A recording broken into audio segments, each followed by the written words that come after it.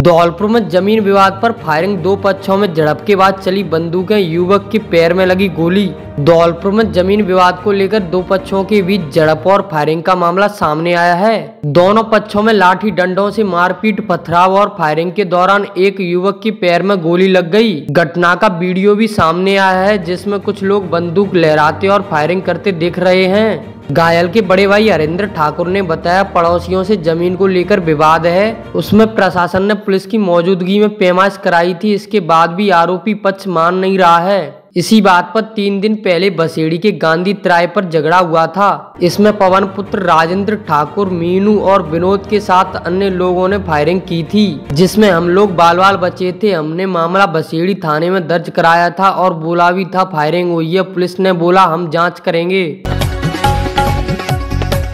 सैंपो ring road पर मिला अजगर, 2 घंटे के बाद वन विभाग ने किया रेस्क्यू, जंगल में छोड़ा।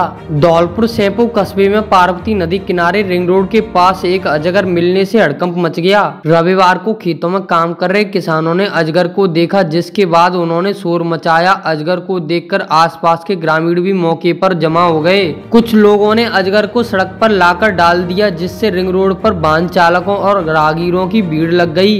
इस दौरान करीब 2 घंटे तक लोग अजगर के साथ अटखेलियां करते रहे। अजगर को पकड़ने के लिए वन विभाग की टीम को सूचना दी गई। जिला मुख्यालय से रेस्क्यू टीम काफी समय के बाद मौके पर पहुंची। वन विभाग के आदेश पर वाइल्डलाइफ कंजर्वेशन ट्रस्ट के सदस्य बतन कुमार ने अजगर का सुरक्षित रेस्क्यू किया। अजगर को पकड़कर जंगल में छोड़ दिया गया।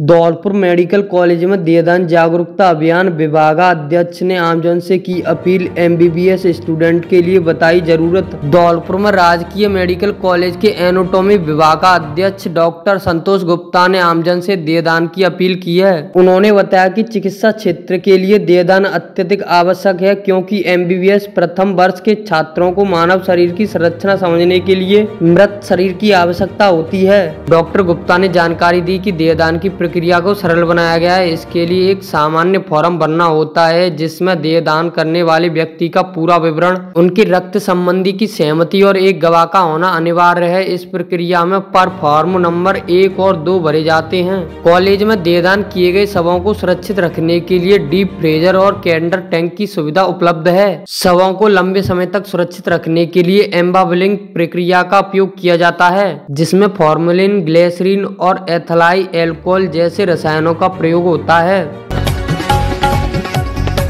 चम्बल नदी में विदेशी पक्षी और जलीय जीवों का डेरा प्रजनन और शिकार के लिए पहुंच रहे, फरवरी में करेंगे वापसी। धौलपुर जिले से गुजर रही चम्बल नदी इन दिनों विदेशी पक्षी और जलीय जीवों से गुलजार है। सर्दियों का मौसम शुरू होते ही हजारों किलोमीटर का सफर तय कर प्रवासी पक्षी यहां मछलियों का शिकार करने और प्रजनन के लिए पहुंच रहे हैं। इन पक्षियों में migrator birds, Indian spot billed duck, painted stork जैसी प्रजातियां शामिल है। देश के कोने कोने से और विदेशों से भी पक्षी चम्बल के वातावरण को अनुकूल पाकर यहाँ आते हैं। घड़ियाल और मगरमच्छ की प्रजाति में भी चम्बल में भारी वंश वृद्धि देखी जा रही है। नदी में करीब 3000 घड़ियाल और लगभग 1500 मगरमच्छ मौजूद हैं। इनके अलावा 96 डॉल्फिन समेत बड़ी तादाद में कछुए और अन्य जलीय जीव भी यहाँ डेरा डाले हुए हैं। घड़ियालों के नन्हे शावक विभिन्न घाटों पर उछल कूद करते नजर आते हैं। पक्षी विशेषज्ञ मुन्नालाल निषाद ने बताया कि चम्बल नदी साफ सुथरी होने के कारण जलीय जीव यहाँ स्वस्थ रहते हैं।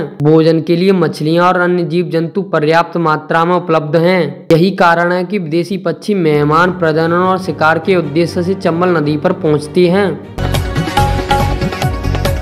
धौलपुर में 50,000 का इनामी बदमाश गिरफ्तार, ब्रिजा के बेहड़ में घेरकर दबोचा, हथियार भी बरामद। धौलपुर पुलिस ने अवैध हथियारों और इनामी बदमाशों के खिलाफ चलाए जा रहे अभियान में बड़ी सफलता हासिल की है। पुलिस थाना आंगई और डीएसटी टीम की संयुक्त कार्रवाई में 50,000 रुपए के इनामी अंतरराज्यीय बदमाश योगी उर्फ योगेंद्र गुर्जर को गिरफ्तार किया गया। उसे ब्रिजा गांव के बेहड़ में हथियारों के साथ पकड़ा गया। योगी गुर्जर सद्यूस धर्मेंद्र उर्फ लुक्का गैंग का सक्रिय सदस्य बताया जा रहा है। पुलिस ने योगी के कब्जे से 2 अवैध हथियार, 16 जिंदा कारतूस और 2 पट्टे और 1 खाली कारतूस बरामद किया है। आरोपी धौलपुर, भरतपुर, मध्य प्रदेश के कई थानों में हत्या के प्रयास, लूट, डकैती, किडनैप और हत्या सहित 19 गंभीर मामलों में वांछित था, जिसमें से 6 मामलों में उसकी तलाश थी।